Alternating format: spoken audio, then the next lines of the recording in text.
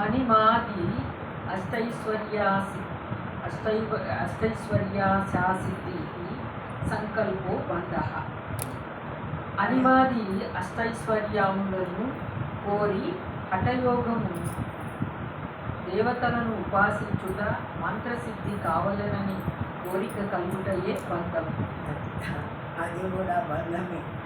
అనిమాది అష్టసిద్ధులు కావాలని ఆయా ఆ సిద్ధుల కోసం అని ఆయా ఎవరు అది తెలిసిన గురువులు ఉంటారు కదా, వాళ్ళ దగ్గరికి పోయి అది సంపాదించి ఆ విధంగా దాంతో ఆ మంత్రసిద్ధిని పొంది ఆ మంత్రాలతో అష్టైశ్వర్యాలు పొందేవాళ్ళ అనుకుంటూ ఉండాలి. అది కూడా బంధానికి కారణమే. వాళ్ళే ముక్తిని పొందరు. ఎంతసేపు ఉన్నా ఇప్పుడు అది ఆ కార్యాలు ఏదో వాళ్ళకి చెప్పిన మంత్రాలు తంత్రాలు చేసేసి ఆ డబ్బును సంపాదిస్తారు. ఆ డబ్బుతో ఆ శరీరం ఉన్నాళ్ళు అనుభవిస్తారు. మళ్ళీ ఆ శరీరం పోతుంది, ఇంకో శరీరం వస్తూ ఉంటుంది. అంతేగాని వాళ్ళకు మోక్షం రాదు దానివల్ల అంటారు. యమా దృష్ట్యాంగ యోగ సంకల్పో బంధ. యోగంకు యమ నియమాలు 8 అంగములు కలవు. యమము, నియమము, ఆసనము, ప్రాణాయామము, ప్రత్యాహారము, ధారణ, సమాధి అని అష్టాంగాలు 8 అంగాలతో ఉంటుంది ఆ యోగం అంతా కూడా. అటువంటి యోగాన్ని పొందుతారు చాలామంది. అది చేస్తారు. ఆ శుద్ధినంతా పొంది అది ఎందుకోసం చేస్తున్నారు ఆ యోగాలు అంటే, ఇది ఈ శరీరంలో ఈ యొక్క ఐశ్వర్యాన్ని పొందవాలా, ఇది పొందవాలా, అది పొందవాలా అనేటువంటి ఉద్దేశంతోనే చేస్తున్నారు. కానీ ఈ శరీరం వద్దు ఏమొద్దు, సాక్షాత్తుగా సర్వవ్యాపకమైన బ్రహ్మస్వరూపుడు, జ్ఞానస్వరూపమైన పరమాత్మ ఉంది కదా, ఆ పరమాత్మలో కలిసి ఆనందంగా పరమాత్మ మాత్రంగా ఉండిపోదాము, ఎప్పటికీ భగవంతుడుగా ఉండిపోదాము అనేటువంటి ఉద్దేశం వాళ్ళకు లేదు. కాబట్టి వాళ్ళకు బంధం ఏర్పడుతుంది. ఆ యమ నియమాది ఆసన ప్రాణాయామ ప్రత్యాహార ధారణ సమాధులు ఇవన్నీ చేసేవాళ్ళు కూడా ఏదో ఒక కోరికలతో చేస్తూ ఉంటారు. కాబట్టి ఆ కోరికలతో బంధమే ఏర్పడుతుంది. కానీ వాళ్ళకు ముక్తి కలగడం లేదు. వాళ్ళు ముక్తి కలిగి భగవంతునిలో ఏకత్వం పొందరు. అట్లనే మళ్ళా జన్మనెత్తుతూ ఉంటారు. ఏదో చేసినారు కాబట్టి దాని కొరకు మంచి శరీరాలు వస్తాయి. వాళ్లకు మంచి శరీరాలు వస్తేనే దానికి డబ్బు దండిగా ఉండేటువంటి ఇళ్ళల్లో పుడతారు. ఆ ఐశ్వర్యాలు అనుభవిస్తూ ఉంటారు. అట్లనే ఆ శరీరాలు అనుభవం అయిపోతే ఇంకో శరీరం పొందుతుంటారు. ఇంతేగాని వాళ్లకు భగవంతునిలో కలిసేటువంటి మోక్షం వాళ్లకు రాదు అంటారు. కేవల మోక్షాపేక్ష సంకల్పో బంధ. ఇతర కోరికలను మాని ఒక మోక్షమే కావాలననే సంకల్పమే బంధమవుతున్నది. అది మోక్షం ఏదైనా కోరిక బంధమే అమ్మా. కోరిక అనేది బంధం. ఇప్పుడు బ్రహ్మాన్ని తెలుసుకుంటున్నవాడు ఏం చేస్తాడంటే, పూర్ణమైనటువంటి బ్రహ్మజ్ఞాని బ్రహ్మమై నిలుస్తాడు. వాడు ఆ బ్రహ్మమై నిలిచినాడే కానీ నాకు ఈ కోరిక కావాలా, ఆ కోరిక కావాలా, ఈ ముక్తి మోక్షం కావాలా, మోక్షం కూడా నాకు అక్కర్లే. మోక్షం అనేది కూడా అది కొంతకాలం అనుభవింపబడిన తర్వాత మళ్ళా మానవుడిగా పుట్టవలసి వస్తుంటుంది. కాబట్టి నాకు అది అక్కర్లే. ఏ సర్వవ్యాపకంగా ఏ భగవంతుడు అనంతము ప్రకాశిస్తున్నాడు, ఆ భగవంతునిలో కలిసిపోయి ఇంకా నాకు జన్మ లేకుండా ఉండేటువంటి నిరాకార స్థితిని పొందవాలా అనేటువంటి జ్ఞానం ఉండేటువంటి వాడు అటువంటి యోగాలు అవి వాటి జోలికి పోదు. అవన్నీ కూడా మళ్ళా బంధాన్నే కలిగిస్తుంటాయి అంటారు. ఎందువలనగా తన నిజ రూపము సాక్షి జ్ఞాన స్వరూపమని తెలియక. ఎందుకు అట్లా చేస్తున్నారు అంటే, నాలో ఉండేటువంటి ఈ జ్ఞాన స్వరూపం ఎక్కడి నుంచి వచ్చింది? సాక్షి మనస్సును తెలుసుకుంటుంది, బుద్ధిని తెలుసుకుంటుంది, నిద్రను తెలుసుకుంటుంది, జాగ్రత్తను తెలుసుకుంటుంది, స్వప్నాన్ని తెలుసుకుంటుంది. మొత్తాన్ని తెలుసుకుంటూ ఉండే ఈ జ్ఞాన స్వరూపము నాలో ఒకటి ప్రకాశిస్తూ ఉంది కదా. ఈ జ్ఞాన స్వరూపం ఎక్కడి నుంచి వచ్చింది అంటే సర్వవ్యాపకంగా ఏ చైతన్య రూపమైన పరమాత్మ అనంత రూపమై ప్రకాశిస్తున్నాడో ఆ జ్ఞాన స్వరూపుడే ఈ విధంగా దీంట్లో సాక్షిగా ప్రకాశిస్తున్నాడు అని తెలుసుకొని నేను ఆ బ్రహ్మమాత్రంగా నిలిచవాలా, ఆ బ్రహ్మాస్మి శివోహం అయమాత్మ బ్రహ్మ అని నాకు మళ్ళా జన్మ అంటూ వద్దు, షావుకారి జన్మ వద్దు, దండిగా డబ్బులున్న జన్మ వద్దు, ఏ జన్మ వద్దు, నీ ఎందు ఏకత్వం పోయి పొంది నిరాకారంగా బ్రహ్మమాత్రంగా నిలిచిపోయిన ఆ బ్రహ్మ సౌఖ్యాన్ని నాకు ఇస్తే చాలును అని ఎవడైతే ఆ విధంగా ధ్యానం చేస్తాడో వాడు ముక్తిని పొందుతున్నాడు. కానీ ఇంకా ఎవరు కూడా ముక్తి పొందడానికి వీల్లేదు. అజ్ఞానం చేత భ్రమ కలిగి శరీర జీవాదులు తాననే నిశ్చయ బుద్ధితో తనకు బంధమున్నదని భ్రమపడి మోక్షము కావాలని కోరుచున్నారు. ఇప్పుడు మోక్షం కూడా ఏమి అది కూడా బంధమే అని చెప్పినారు కదా. మోక్షం కూడా బంధమే అయితే ఇంకా ఏం కావాలని కోరవాలా? మోక్షం నాకేం డబ్బు వద్దు, జన్మ వద్దు, ఏది వద్దు, మోక్షం కావాలా అనుకుంటారు. మోక్షం కావాలా అన్న కోరిక కూడా బంధమేను అంటున్నారు.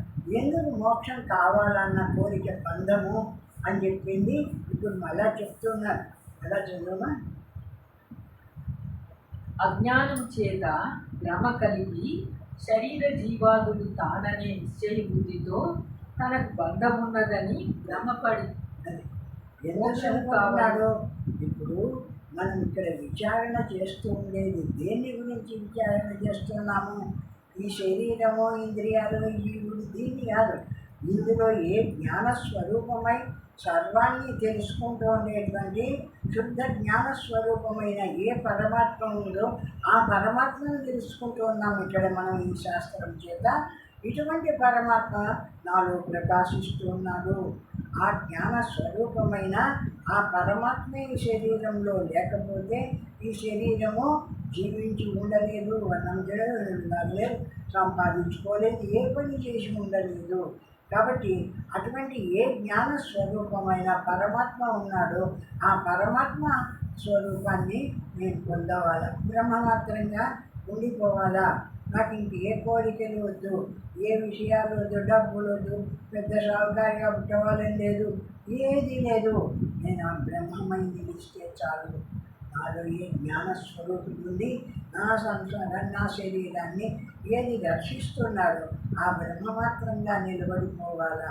నాకు ఇంకా ఈ జన్మ వద్దు, ఆ బ్రహ్మస్వరూపుడే ఉంచవాలా అనేటువంటి జ్ఞానం ఉండవాలా. ఆ జ్ఞానాన్ని సంపాదించవాలా.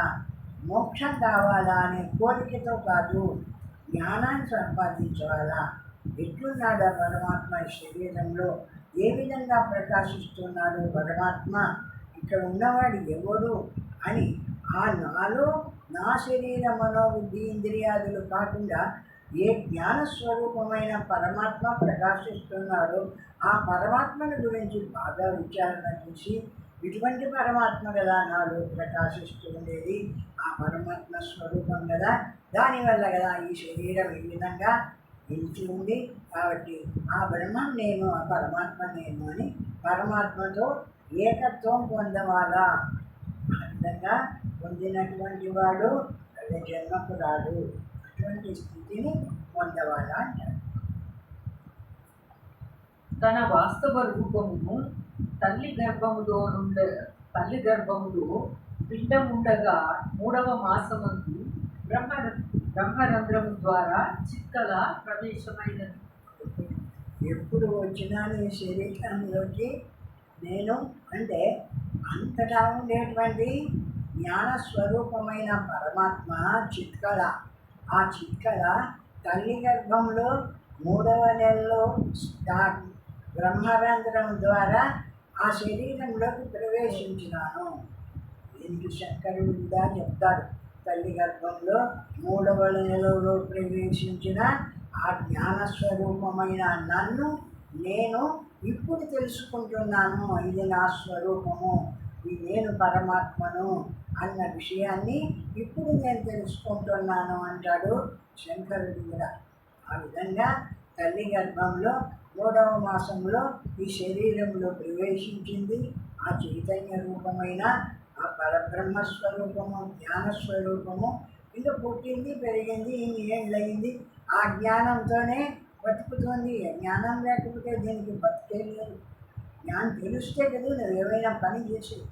అటువంటి జ్ఞానాన్ని పెట్టుకొని జ్ఞాన స్వరూపమే ఆధారంగా తీసుకొని ఈ శరీరం అందు నివసిస్తూ ఉన్న ఇంతకాలం ఇప్పుడు తెలుసుకున్నా ఏమని, శరీరం కాదు, ఇందులో ఉండేటువంటి ఏ జ్ఞాన స్వరూపమైన పరమాత్మ ఉందో ఆ పరమాత్మ చేత నేను బతుకుతున్నాను కాబట్టి ఆ పరమాత్మ నా స్వరూపము, ఈ దేహం కాదు, నేను ఆ జ్ఞాన స్వరూపిణ్ణి అని తెలుసుకుంటూ ఉన్నాడు. విచారణ చేసి కొంతకాలానికి తన స్వరూపాన్ని తాను తెలుసుకున్నటువంటి వాడైనాడు. జ్ఞానం పొందడము అంటే అది తన యందు ఏ పరమాత్మ ఈ శరీరంలో అప్పుడు ప్రవేశించిందో, తల్లి గర్భంలో 3వ నెలలోకి ప్రవేశించిందో అట్లా అప్పుడున్న పరమాత్మ స్వరూపాన్ని ఇప్పుడు విచారణ చేసి ఈ జ్ఞాన స్వరూపమైన పరమాత్మ నేను, ఆ బ్రహ్మం నేను, ఆ పరమాత్మ నేను అని ఇప్పుడు తెలుసుకుంటున్నాను. ఇంతకాలము ఈ శరీరంలో ప్రవేశించుకునింది ఆ జ్ఞాన స్వరూపమైన పరమాత్మ. అందువల్ల ఆత్మ ఏదో అనాత్మ ఏదో విచారణ వల్ల జ్ఞానము కలుగుతుంది. దేహంలో ఇదే నేను అనుకుంటుండకుండా ఈ దేహం అంటే ఏమిటిది, మనస్సు అంటే ఏమిటిది, బుద్ధి అంటే ఏమిటిది, వీటన్నిటినీ ప్రకాశింపజేసేటువంటి జ్ఞానస్వరూపం అంటే అది ఏమిటిది. ఆ విధంగా ఆ జ్ఞానస్వరూపాన్ని, ఈ దేహాన్ని, ఈ ఇంద్రియాలను వీటినన్నిటినీ విచారణ చేసి ఇవన్నీ నేను కాదు అని దేహ మనోబుద్ధి ఇంద్రియాలన్నింటినీ ఒక కట్టగట్టి పక్కన పెట్టి ఇవన్నిటినీ ప్రకాశింపజేయడానికి ఒక జ్ఞానస్వరూపం ఉంది. ఇందులో ఆ జ్ఞానస్వరూపం లేకపోతే ఇవి ఏవి కూడా ప్రకాశించలేవు, ఉండలేవు. కాబట్టి ఆ జ్ఞానస్వరూపము పరమాత్మ స్వరూపము, బ్రహ్మస్వరూపము సర్వవ్యాపకమైంది. ఆ బ్రహ్మం నా స్వరూపము. ఆ బ్రహ్మం నేనే బ్రహ్మ మాత్రంగా ఉండిపోవాలా, అంతేగాని నాకు ఇంకా ఏది వద్దు అని బ్రహ్మ మాత్రంగా నిలుస్తూ ఉన్నాడు. పరమాన్ని పొందినటువంటి జ్ఞాని అయినటువంటి ముక్తుడు. నిజమైన తనకు బంధమే లేదు, తాను చిద్రూపమే.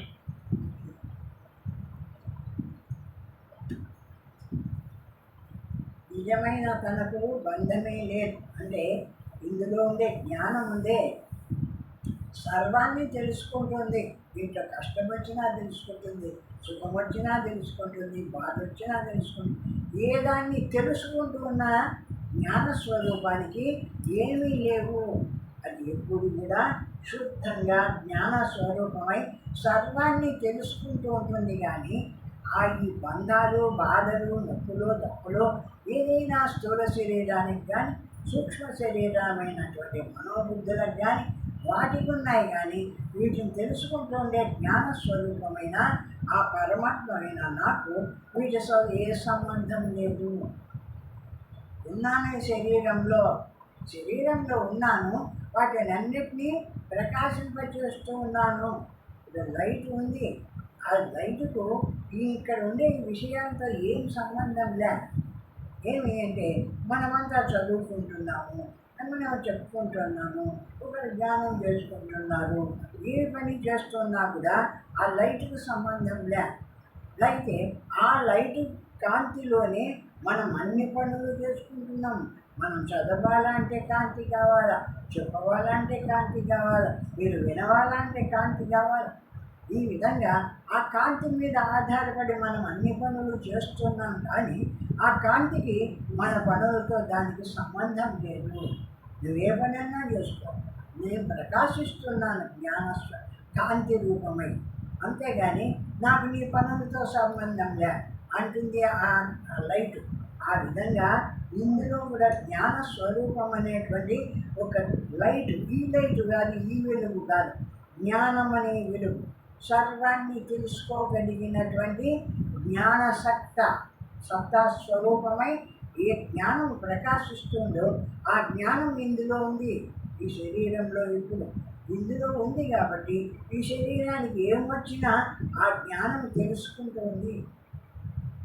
ఆ తెలుసుకుంటున్న జ్ఞానం ఏమిటిది?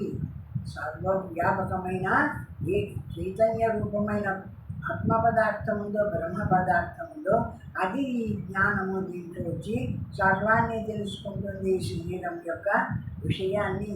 కాబట్టి ఈ శరీరము ఇంకా నాకు వద్దు, ఈ ఇంద్రియాలతో నాకు వద్దు, ఆ జ్ఞానంలో కలిసిపోయి నేను బ్రహ్మమాత్రంగా నిలిచిపోతాను, నాకు ఇంకా జన్మ వద్దు అనుకున్నటువంటి వాడు ఇది వదిలేస్తాడు, జ్ఞానాన్ని విచారిస్తాడు.